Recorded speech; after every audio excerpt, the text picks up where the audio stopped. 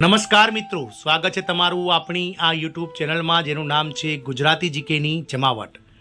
તો ઘણા લાંબા સમયથી જે મિત્રો શાંત હતી તે વાત ફરીથી મિત્રો કર્મચારીઓ માટે જે છે તે મિત્રો વાવાઝોડું બનીને આવી છે. કારણ કે 18 મહિનાના જે કોરોના સમયે સરકાર દ્વારા ડીએડીઆર્સ રોકી દેવામાં આવ્યા હતા તેના બાકી રહેતા એરિયર્સને લઈ અને સરકાર દ્વારા જે છે તે મિત્રો ફરીથી એકવાર સ્પષ્ટતા કરવામાં આવી છે.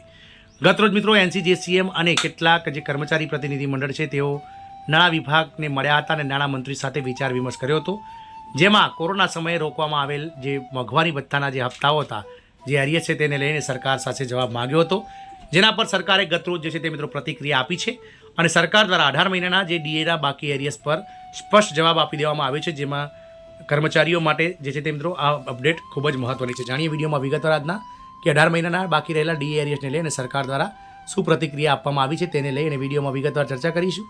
તો વિડીયોના અંત સુધી આપ બન્યા રહેશો. જો આપ અમારી ચેનલમાં નવા હોય તો અમારી ચેનલને લાઇક, શેર, સબસ્ક્રાઇબ કરી બાજુમાં રહેલું બેલ આઇકોન દબાવી દેશો, જેથી કરીને ચેનલ પર મૂકવામાં આવતા કર્મચારી, પેન્શનર્સ તેમજ આવા વિવિધ જે આંગણવાડી કેન્દ્રો વગેરેના ન્યૂઝ તમને અમારા ચેનલના માધ્યમથી ઉપલબ્ધ થઈ જાય.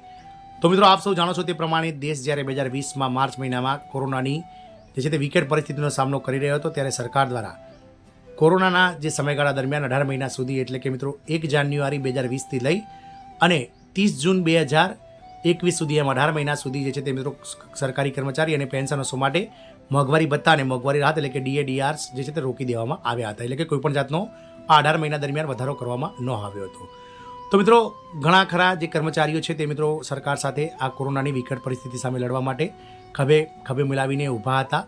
પરંતુ જ્યારે હવે આર્થિક સ્થિતિ દેશની આજે 7 વર્ષ પછી સારી થઈ ગઈ છે, 5 વર્ષ પછી, ત્યારે સરકારી કર્મચારી ગણ જે છે તે મિત્રો 18 મહિના સુધી જે ડીએડીઆર્સ રોકવામાં આવ્યા હતા તેના બાકી એરિયસને લઈ અને સરકાર પાસે સતત માંગ કરી રહ્યા છે. સરકાર દ્વારા અવારનવાર આ બાબતને લઈને મિત્રો નકારી કાઢવામાં આવી છે. પરંતુ ગતરોજ એનસીજીસીએમના કેટલાક પ્રતિનિધિ તેમજ કેટલાક સરકારી પેન્શનર્સ અને કર્મચારી યુનિયનો નાણાં વિભાગ સાથે જે છે તે મિત્રો પરામર્શ કરવા ગયા હતા, જેમાં સરકાર દ્વારા 1 જાન્યુઆરી 2020, 1 જુલાઈ 2020 અને 1 જાન્યુઆરી 2021 એમ 3 જે ડીએડીઆર્સના જે હપ્તાઓ છે તે રોકવામાં આવ્યા હતા તેને લઈ અને સરકારને 18 મહિનાના આ એરિયસને લઈ અને મિત્રો ચૂકવણું કરવા માટે નાણાં વિભાગને જણાવવામાં આવ્યું હતું. કેન્દ્ર સરકારના કર્મચારીઓને વર્ષમાં 2 વાર ડીએની ભેટ આપવામાં આવે છે. તાજેતરમાં સરકારે જાન્યુઆરીથી જુલાઈ સુધીના ડીએમાં વધારો કર્યો છે, પરંતુ થોડા વર્ષો પહેલાં સરકારે 18 મહિનાનો ડીએ રોકી રાખ્યો હતો, જેની રકમ આજ દિન સુધી આપવામાં આવી નથી. આ અંગે સરકારે પોતાનો જવાબ આપી દીધો છે.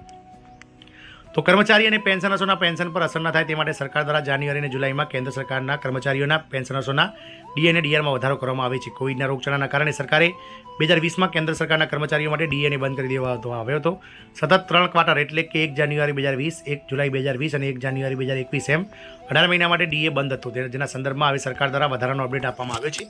તમને જણાવી દઈએ કે અત્યાર સુધીમાં આ ડીએના રકમ અટવાઈ ગઈ હતી, પરંતુ હવે કર્મચારીઓને તેમના ખાતામાં આ રકમ આગામી ટૂંક સમયમાં આપી શકાય છે. મોંઘવારી ભથ્થાના બાકી ચૂકવવાની માગણી તો કોવિડ-19 દરમિયાન કેન્દ્રીય કર્મચારીઓને આપવામાં આવતું ભથ્થું બંધ કરી દેવામાં આવ્યું હતું. આ કારણે કેન્દ્ર સરકારના કર્મચારી અને પેન્શનર્સો લાંબા સમયથી આ રોકેલા મોંઘવારી ભથ્થાની માંગ કરી રહ્યા છે. તમને જણાવી દઈએ કે આ મુદ્દો ઘણી વખત ઉઠાવવામાં આવે છે, પરંતુ સરકાર આ મુદ્દે મૌન ધારણ કરી રહી છે. જોકે કેન્દ્ર સરકાર મોંઘવારી ભથ્થું કર્મચારીઓ અને કામદારોના સંઘે ફરી એકવાર કેન્દ્ર સરકારના કર્મચારી અને પેન્શનર્સોની માગણીને મુદ્દો ફરીથી ઉઠાવ્યો છે. પરિપત્રમાં કહેવામાં આવ્યું છે કે આ પરિપત્રમાં કેન્દ્ર સરકારે ડીએ સહિત ઘણા કર્મચારીઓના પડતર પ્રશ્નોનો ટૂંક સમયમાં ઉકેલ લાવવા વિનંતી કરવામાં આવી છે. માર્ચ મહિનામાં જારી કરેલા પરિપત્રમાં કન્ફેડરેશન દ્વારા સ્પષ્ટતા કરવામાં આવી હતી કે તેમની કાયદેસરની માંગણીઓ પર કેન્દ્ર સરકાર દ્વારા ધ્યાન આપવામાં આવી રહ્યું નથી, કારણ કે તેમનો ડીએ હજુ પણ અટવાયેલો છે અને કર્મચારીઓને મુશ્કેલીનો સામનો કરવો પડી રહ્યો છે. પરંતુ આ પરિપત્ર દ્વારા કન્ફેડરેશન દ્વારા ફરી એકવાર સરકારનું ધ્યાન આ તરફ દોરવાનો પ્રયાસ કરવામાં આવ્યો છે. કર્મચારીની મુખ્ય માંગણીની વાત કરીએ તો 8મા પગાર પંચ અંગે અત્યાર સુધી ફક્ત તેની રચના કરવાની જાહેરાત કરવામાં આવી છે. કર્મચારીઓ સતત તેની રચના માટે ચેરમેન અને સભ્યોની નિમણૂકની માંગ કરી રહ્યા છે, તે ઝડપથી કરવામાં આવે તે પહેલી માંગણી છે આ પરિપત્રમાં. બીજી છે મિત્રો, કર્મચારીઓએ એવી પણ માંગણી કરી છે કે નવી પેન્શન યોજના એનપીએસ નાબૂદ કરવામાં આવે અને જૂની પેન્શન યોજનાને તેના સ્થાને પુનઃસ્થાપિત કરવામાં આવે, જેથી કર્મચારીઓને તેનો લાભ મળે. ત્રીજું છે મિત્રો, કોવિડ મહામારી દરમિયાન બંધ કરાયેલ ડીએડીઆર્સના એરિયસ એટલે કે વધારાના હપ્તાઓ બાકી રકમ સાથે હપ્તામાં ટૂંક સમયમાં ચૂકવવામાં આવે. ચોથી જ માંગણી છે કે કર્મચારીઓ અને પેન્શનર્સોના પેન્શનમાંથી કાપવામાં આવેલી રકમ જે કોમ્યુટેશન પીરિયડ છે 15 વર્ષ તેને ઘટાડીને 12 વર્ષ કરવામાં આવે. પાંચમું છે મિત્રો, કર્મચારીઓ દ્વારા કરુણાના ધોરણે નોકરી આપવા બદલ 5%ની રકમ મર્યાદા તાત્કાલિક અસરથી નાબૂદ કરવાની પણ માંગ કરવામાં આવી છે. કર્મચારીઓએ એવી પણ માંગ કરી છે કે બધા લાયક અરજદારોને નિમણૂક આપવામાં આવે.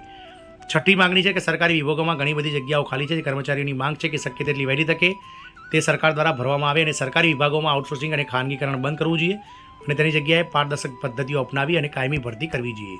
કર્મચારી સંગઠનો સતત માંગ ઉઠાવી રહ્યા છે. કર્મચારી સંગઠનો સતત 18 મહિનાના ડીએની ચૂકવણીની માંગ કરી રહ્યા છે, જેના કારણે કોરોના સમયે બંધ કરવામાં આવેલું જે ડીએ છે તે કર્મચારીઓને મળે. કર્મચારી સંગઠનો સ્પષ્ટપણે કહ્યું છે કે સરકારે ડીએ રકમ બાકી રકમ સાથે ચૂકવવો જોઈએ, કારણ કે કર્મચારી અને પેન્શનર્સોને તે અધિકાર છે, પરંતુ સરકાર આ મુદ્દાને સતત અવગણી રહી છે. સરકાર શું કહે છે? તો સરકારે ઘણી વખત સ્પષ્ટ કર્યું છે કે મોંઘવારી ભથ્થાના બાકી પૈસા ચૂકવાશે નહીં. આ મામલે સરકારનું કહેવું છે કે આનાથી સરકારના બજેટ પર મોટી અસર પડશે, કારણ કે 18 મહિના સુધી સરકાર દ્વારા ડીએડીએસ બંધ કરીને 34,400 કરોડ રૂપિયા જેટલી બચત કરવામાં આવી હતી. આવી સ્થિતિમાં હાલમાં આવું કરવું આર્થિક રીતે શક્ય નથી. આ એક મુશ્કેલ પરિસ્થિતિ છે. હવે કર્મચારીઓ તેમની માંગણીઓ અંગે અવાજ ઉઠાવી રહ્યા છે અને સરકાર આર્થિક સમસ્યાઓના નામે ચૂકવણી કરવાનો ઇનકાર કરી રહી છે.